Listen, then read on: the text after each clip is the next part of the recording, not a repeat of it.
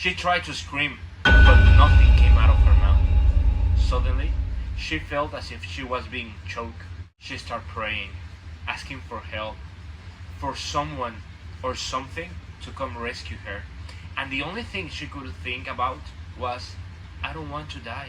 My name is Fed, and today I want to talk with you about the love that parents have for their children. Parents are willing to do anything for the children, and they always try to protect them, to keep them close. And no matter how old they are, they always see their kids as their little ones. But there are some times that parents can do things that can hurt the kids of others. This happened to Jaylee back in Mexico. She tells that this story started to happen when she was 11 years old. Her parents had some economic issues, so they had to move to their grandparents' house. This was the house of the grandparents of her mother. In there, Jaylee's grandparent grew, and because it was a really big house, they told them to come live there. Jaylee's great-grandma was very old, and her husband had passed away. So now, the only ones that lived there was the great-grandmother, Jaylee, her sister, and her mom.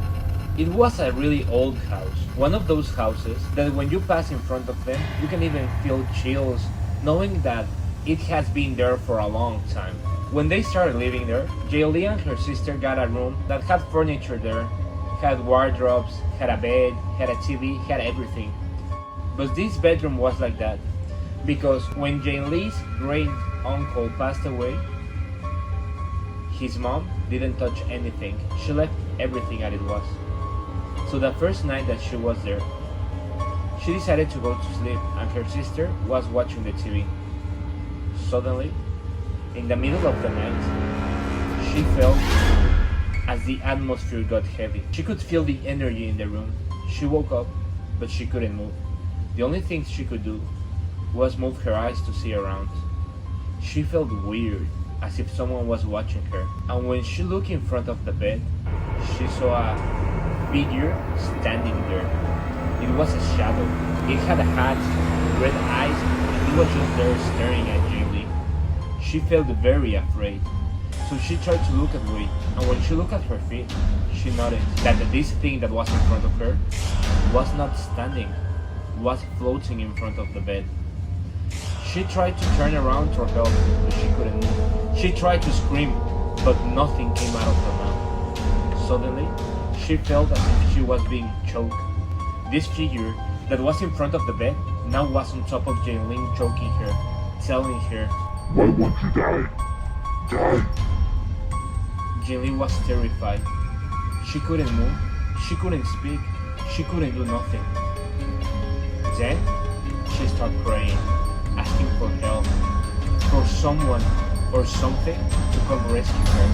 And the only thing she could think about was, I don't want to die. I don't want to die. Then, she woke up. Her sister was there, watching the TV. So she talked to her, and when she turned around, she saw her sister as if she was dead, with the skin being putrefied, with worms coming out of her face, and her sister grabbed her arm and told her, "Why won't you die?" This was enough to liberate Jaylee from the trance she was having. She started screaming. She woke up. Her sister, that was still watching TV, turned around and asked her, "What's wrong? What happened?"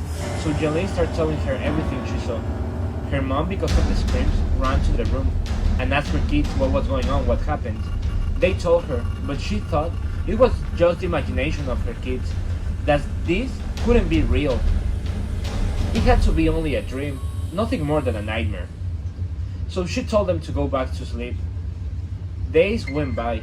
Jaylee's mom kept on thinking if she should have trusted what her daughter was saying, if she should have believed what she told her and do something about it. Jaylee was very afraid, and she very often talked about this with her sister and with her mom.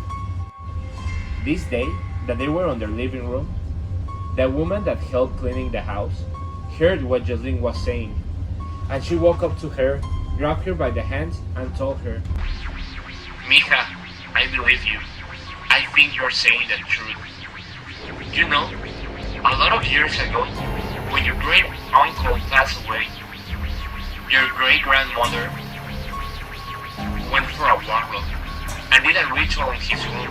The warlock told her not to move anything, to leave everything as it was, and they tried to use his clothes, his bed, his things to bring him back, for her to be able to talk with her kid for one last time. But since that day, things have been going on in that bedroom.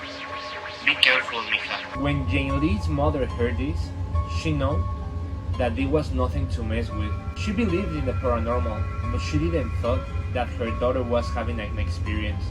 So she went look for a witch that she knew could help her.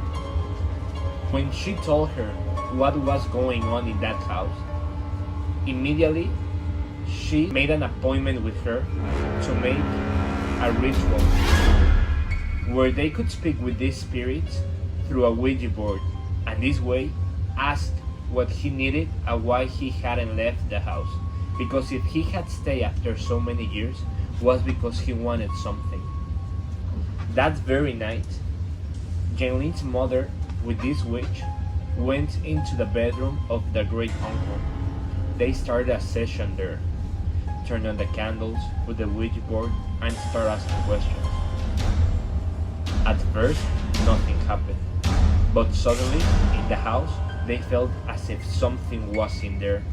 The light started turning on and turning up. They say that they could feel like as if the room or the whole house was shaking, as if it was trembling, but nothing was happening outside.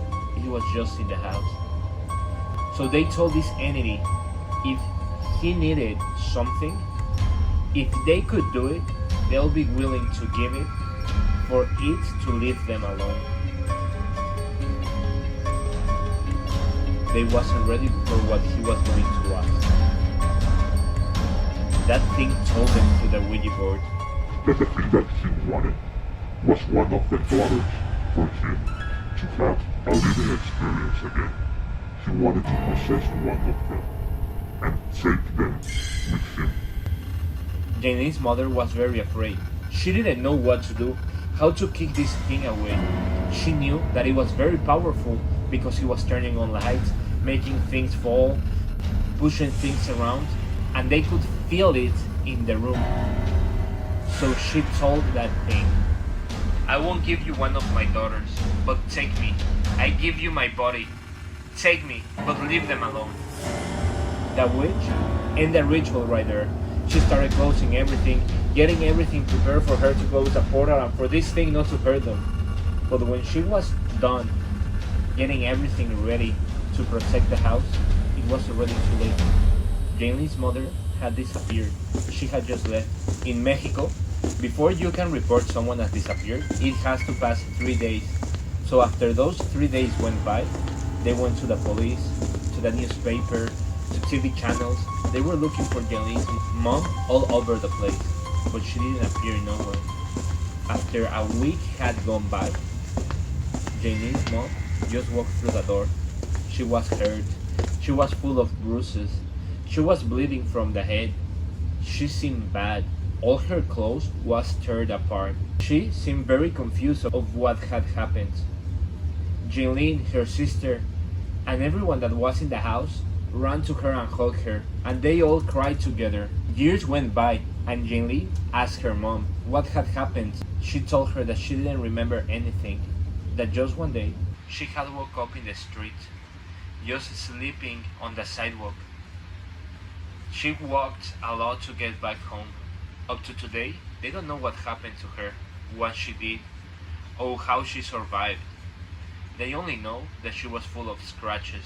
She was wooden, hurt, bleeding, but she was alive. This is something very impressive about parents. A mother that wanted to say goodbye to her son, and she wanted to talk with him for a last time after he passed away, not knowing the effects of a ritual to contact a dead person and the period of time that someone has to let by before contacting the dead. Went got a warlock that opened a portal and let an entity come in, trying to get his son in. And this is as if you open the door of your house and start screaming a name. You don't know if the person that you're screaming to is gonna come in, but someone might, and someone won't left until they get something from you because now they were invited to your house. And Jane's mother, trying to protect her daughters, trying to save them, was willing to give herself away. Because sometimes when you have to face powerful entities, the only thing you can think of is about sacrificing. I hope you have liked this story. If you did, hit the like button, subscribe, and share this video.